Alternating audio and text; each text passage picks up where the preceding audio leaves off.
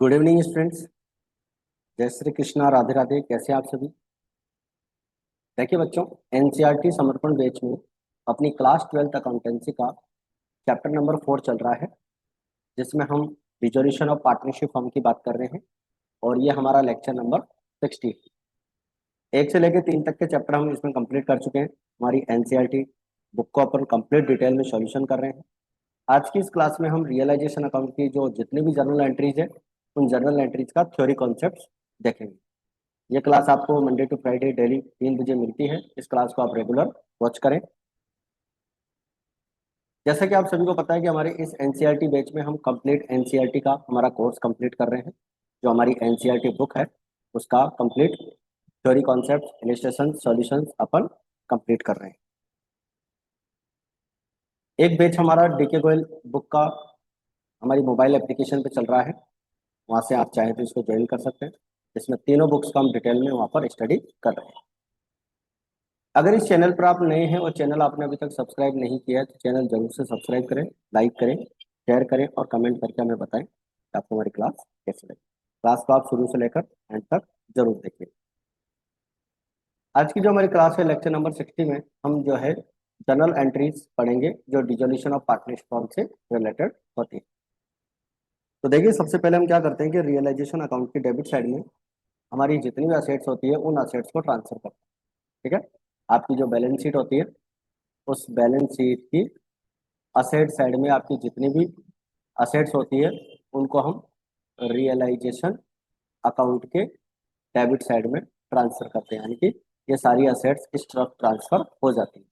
तो एंट्री बनती है, रियलाइजेशन अकाउंट की डेबिट में ट्रांसफर कर रहे हैं, इसलिए रियलाइजेशन अकाउंट डेबिट। असेट्स की वैल्यू यहाँ पर क्लोज हो जाएगी, क्योंकि असेट्स अकाउंट जब क्लोज होगा, असेट्स की वैल्यू जब क्लोज होती है तो कम हो जाती है और उसे हम क्रेडिट करते हैं। तो सन्ड्री असेट्स अकाउंट हम यहाँ पर क्रेडिट करेंगे, और जो भी असेट्स की बुक वैल्यू यहाँ पर दे रखी है, उस बुक वैल्यू को अपन यहाँ पर ट्रांसफर कर देंगे। ठीक है। बैलेंस शीट की असेट साइड में कुछ चीजें होती है जो उनको हम रियलाइजेशन में ट्रांसफर नहीं करते। तो इस एंट्री को आप समझ सकते हैं कि realisation account debit to sundry assets क्यों करते हैं। असेट्स को हम रियलाइजेशन अकाउंट में ट्रांसफर करते हैं और सारी असेट्स के अकाउंट जो होते हैं वो क्या होते हैं, क्लोज हो जाते हैं। इसके बाद में हमारे पास कुछ असेट्स होती है। Following items which are shown on the asset side in the balance sheet will not be transfer to realisation account. यानी कि ये आपको रियलाइजेशन अकाउंट की डेबिट साइड में ट्रांसफर नहीं करना। ये सारी चीजें आपको कहाँ मिलेंगी? बैलेंस शीट की असेट साइड में। ठीक है। बैलेंस शीट की असेट साइड में कैश इन हैंड मिलेगा, कैश एट बैंक मिलेगा, पार्टनर्स लोन अकाउंट मिलेगा, पार्टनर्स कैपिटल या करंट अकाउंट का बैलेंस मिलेगा, प्रॉफिट एंड लॉस अकाउंट मिलेगा, deferred revenue expenditure, advertisement suspense या एक्सपेंसेज अकाउंट। ये सारे जो भी अकाउंट्स मिलेंगे, इनको आपको रियलाइजेशन अकाउंट में ट्रांसफर नहीं करना है। ये बात आपको ध्यान रखनी है।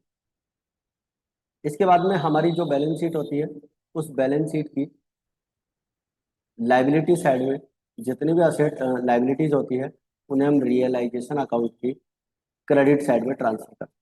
यानी कि लाइबिलिटीज को कहाँ ट्रांसफर करना है? क्रेडिट साइड में। तो सन्ड्री लाइबिलिटीज अकाउंट डेबिट करेंगे, क्योंकि लाइबिलिटीज का बैलेंस जब फिनिश करना होता है और लाइबिलिटी की वैल्यू कम हो जाती है, कम होती है, तो उसे हम डेबिट करते हैं और रियलाइजेशन अकाउंट की क्रेडिट साइड में ट्रांसफर कर देंगे। तो जितने भी लाइबिलिटीज है, उन लाइबिलिटीज को हम ट्रांसफर कर देंगे। कुछ लाइबिलिटीज को हम ट्रांसफर नहीं करते हैं, वो कौन कौन सी है उनको अपन देख लेते हैं। देखिए, following items which are shown on the liability side in the balance sheet. Balance sheet के अंदर हमारे को ये चीजें मिलेंगी: partners loan account, partners capital, partners current. ठीक है। Profit and loss account, general reserve, reserve fund, और भी कोई रिजर्व है, WCR, workman composition reserve, investment fluctuation reserve. इनको ट्रांसफर नहीं करते, बल्कि इनको हम इनकी कंडीशन के अकॉर्डिंग इनको ट्रीट करते हैं। ठीक है। अब वो कंडीशन कैसी होगी, अपन क्वेश्चन के अंदर देखेंगे। चलिए, इसके बाद में असेट्स को हम सेल करेंगे। तो असेट्स को सेल करने पर आपकी एंट्री बनेगी कैश या bank account debit to realisation account. ठीक है। रियलाइजेशन अकाउंट में असेट्स की वैल्यू जो भी हमारी आएगी, उसे हम रियलाइजेशन अकाउंट की क्रेडिट साइड में शो करेंगे। ये रियलाइजेशन अकाउंट होगा। आपने सारी असेट्स को डेबिट में ट्रांसफर किया है, अब उनको सेल करने पर जो भी पैसा आएगा उसको हम क्रेडिट में लिखेंगे। तो एंट्री बन जाएगी कैश या bank account debit to realisation account. इसके अंदर हम उन असेट्स का पैसा भी रिकवर करेंगे जो बुक्स में रिकॉर्ड नहीं की हुई थी। यानी कुछ असेट्स ऐसी होंगी जो बुक्स में रिकॉर्ड की हुई नहीं है, लेकिन उनको सेल करने पर कुछ ना कुछ पैसा आएगा, उसे हम यहाँ पर ट्रांसफर करें। इसके बाद में अगर कोई पार्टनर किसी असेट्स को लेता है तो उसकी भी हम एंट्री करेंगे, partners capital account debit to realisation account. तो कोई भी पार्टनर अगर किसी असेट्स को लेता है तो उसका कैपिटल या करंट अकाउंट का बैलेंस कम हो जाएगा, इसलिए उसे हम डेबिट करेंगे। तो पार्टनर्स कैपिटल या current account debit to realisation account. इसके बाद में लाइबिलिटीज का अगर अपन पेमेंट करते हैं तो लाइबिलिटीज का पेमेंट करने पर liability realisation account debit to cash या बैंक अकाउंट। ठीक है, लाइबिलिटीज का पेमेंट हम कर देंगे और रियलाइजेशन अकाउंट की कौन सी साइड में करेंगे, डेबिट साइड। यदि कोई पार्टनर किसी लाइबिलिटी के पेमेंट का जिम्मेदारी लेता है कि साहब उसका पेमेंट मैं कर दूंगा, तो उसके लिए हम रियलाइजेशन अकाउंट को डेबिट करेंगे और पार्टनर्स कैपिटल या करंट अकाउंट को क्रेडिट करेंगे। पार्टनर्स कैपिटल या करंट अकाउंट हमें क्रेडिट करना होगा क्योंकि जो लाइबिलिटी है उस लाइबिलिटी का पेमेंट कौन करेगा, पार्टनर करेगा। इसके बाद में बच्चों हमारी जो नेक्स्ट एंट्री होती है वो होती है रियलाइजेशन से रिलेटेड जो एक्सपेंसेज होते हैं या कोई अन लाइबिलिटीज होती है, संभावित दायित्व यानी कंटिजेंट लाइबिलिटीज होती है, उनका अगर पेमेंट करना है तो realisation account debit to cash या बैंक अकाउंट अपन कर। कंटिजेंट लाइबिलिटी वो लाइबिलिटीज होती है जो बैलेंस शीट में दिखाई हुई नहीं होती है, सर्कमस्टांसेस में वो अवेलेबल आती है। तो डिसोल्यूशन जब हम करेंगे फर्म का तो उस टाइम पर कुछ लाइबिलिटी ऐसी होती है जो रिकॉर्डेड नहीं थी लेकिन उनका पेमेंट करना पड़ जाता है, तो उसे भी हम यहाँ पर पेमेंट करेंगे। तो realisation account debit to cash या बैंक अकाउंट।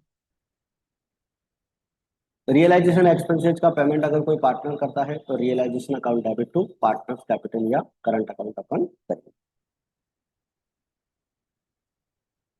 रियलाइजेशन के जो एक्सपेंसेज है कोई पार्टनर एजेंट के रूप में अगर वहन करता है, और मतलब किसी पार्टनर को हम एजेंट बनाते हैं जो असेट्स को सेल करने का काम करता है और असेट से पैसा आएगा और लाइबिलिटीज का पेमेंट करने का काम करता है, इसको बोलते हैं डिसोल्यूशन प्रोसेस यानी वसूली की प्रक्रिया। इस प्रक्रिया के लिए हम किसी पार्टनर को एजेंट बनाते हैं और उसके बदले में उसको हम कमीशन देते हैं। तो कमीशन देते हैं तो उसके लिए हम एंट्री करते हैं realisation account debit to partners capital या करंट अकाउंट।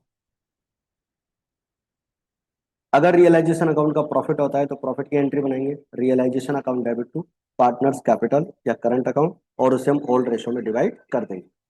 तो profit on realisation distributed in old profit sharing ratio.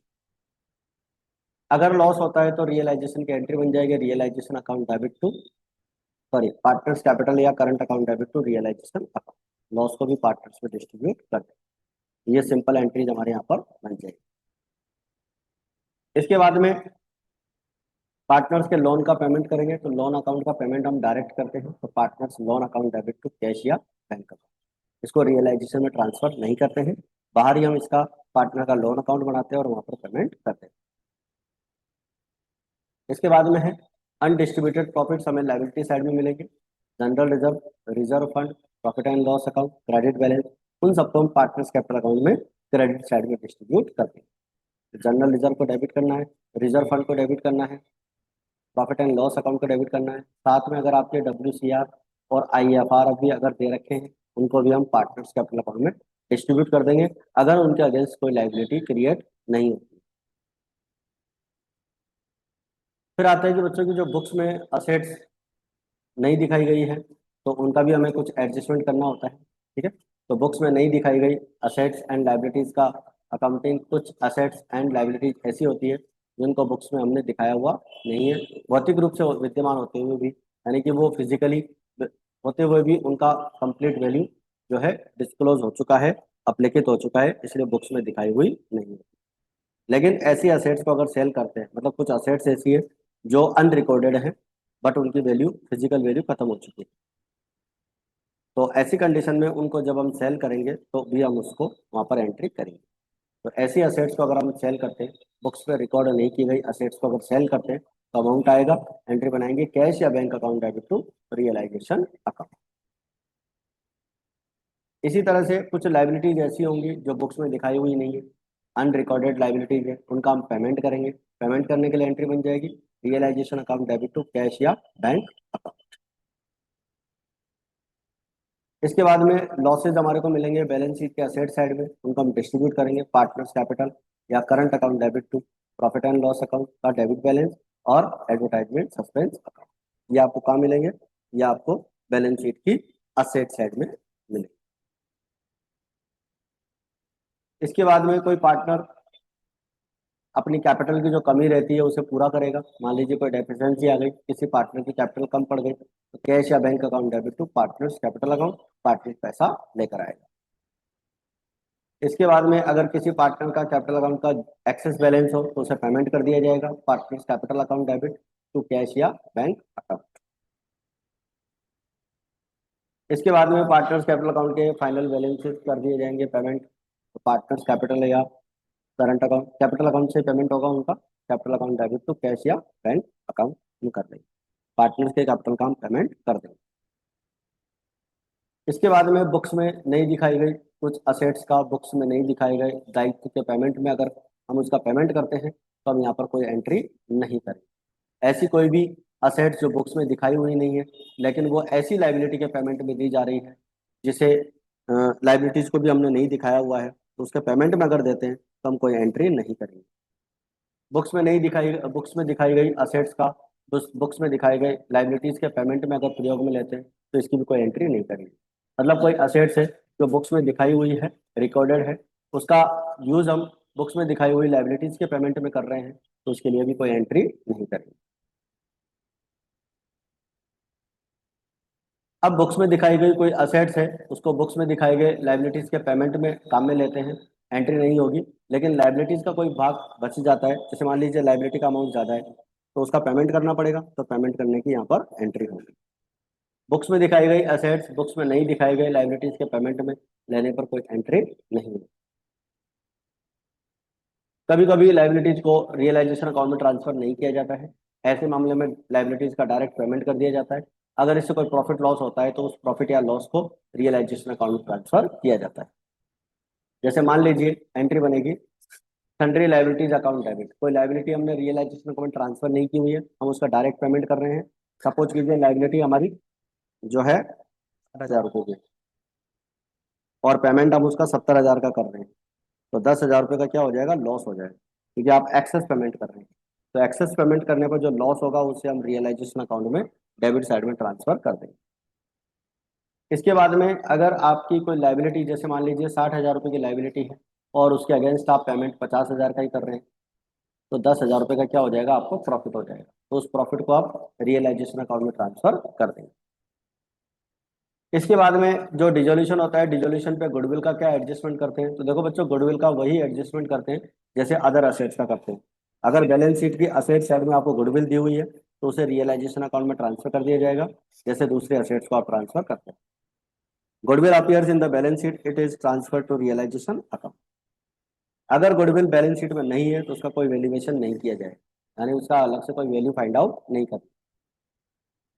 अगर गुडविल से कोई अमाउंट रिसीव्ड होता है तो उसे हम कैश या बैंक अकाउंट के डेबिट में लिख देंगे और रियलाइजेशन अकाउंट के क्रेडिट में। अगर कोई पार्टनर किसी असेट्स को ले लेता है, गुडविल को ले लेता है, ऐसी कंडीशन में हम वहाँ पर जो है पार्टनर्स का कैपिटल अकाउंट डेबिट करेंगे और रियलाइजेशन अकाउंट को हम क्रेडिट करेंगे। इसके बाद में अगर गुडविल के बारे में, उसके रियलाइजेशन की वैल्यू के बारे में कुछ भी नहीं कह रखा है तो ऐसी कंडीशन में गुडविल का वैल्यू जो है आपको शून्य मानना है। इसके बाद में बच्चों हम जो अकाउंट बनाते हैं वो कैश या बैंक अकाउंट बनाते हैं। कैश या बैंक अकाउंट के डेबिट साइड में असेट्स की हम जो कैश या बैंक का जो डेबिट बैलेंस होता है उसे हम दिखाते हैं, और असेट्स को सेल करने पर जो अमाउंट आएगा उसे हम यहाँ पर डेबिट साइड में दिखाएंगे। और पार्टनर्स कोई भी अमाउंट लेकर आएगा उसे भी हम कैश या बैंक अकाउंट के डेबिट साइड में शो करेंगे। क्रेडिट साइड में लाइबिलिटीज का और एक्सपेंसेस का जो भी पेमेंट करेंगे उसे हम क्रेडिट साइड में दिखाएंगे, और पार्टनर्स को जो भी पेमेंट किया गया है उस पेमेंट को भी हम क्रेडिट साइड में शो करेंगे। The debit side of the this account, हाँ, अगर क्वेश्चन में आपको कैश और बैंक दोनों का बैलेंस दे रखा है तो अपनी सुविधा के अनुसार किसी एक अकाउंट का बैलेंस दूसरे अकाउंट में ट्रांसफर करेंगे और एक ही अकाउंट वहां पर बनाना रहेगा।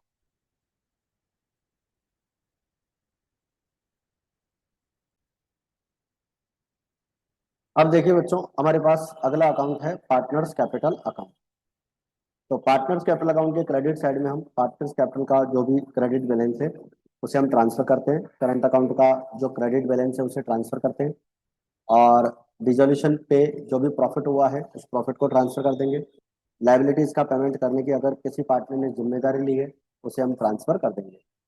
साथ में रिजर्व को या अनडिस्ट्रीब्यूटेड प्रॉफिट को अपन ने डिस्ट्रीब्यूट किया है, या कोई पार्टनर कैपिटल लेकर आया है, इन सारी चीज़ों को हम पार्टनर्स कैपिटल अकाउंट की क्रेडिट साइड में शो कर देते हैं। इसके बाद में पार्टनर्स कैपिटल अकाउंट की डेबिट साइड की अगर अपन बात करें, कैपिटल अकाउंट का और करंट अकाउंट का जो भी डेबिट बैलेंस है उसे हम ट्रांसफर करते हैं। रियलाइजेशन का लॉस, किसी पार्टनर ने कोई असेट्स ली है, या कोई भी अनडिस्ट्रीब्यूटेड लॉस है, या कोई फाइनल पेमेंट किसी पार्टनर को किया जा रहा है, उसको हम ट्रांसफर करते हैं। ठीक है, तो पार्टनर्स कैपिटल अकाउंट के अंदर ये सारी चीजें अपन देखते हैं।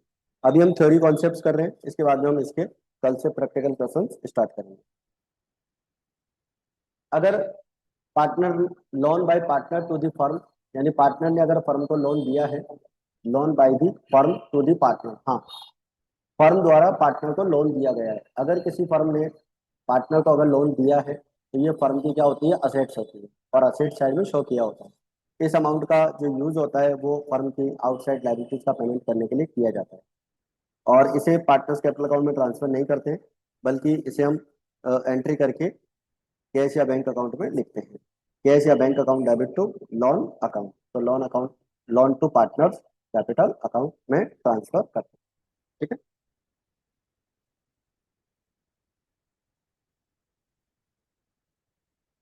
इसके बाद में हमारे पास जो अगला टॉपिक आता है वो है पार्टनर द्वारा फर्म को दिया गया लोन, यानी कि पार्टनर ने जो है फर्म को लोन दिया है।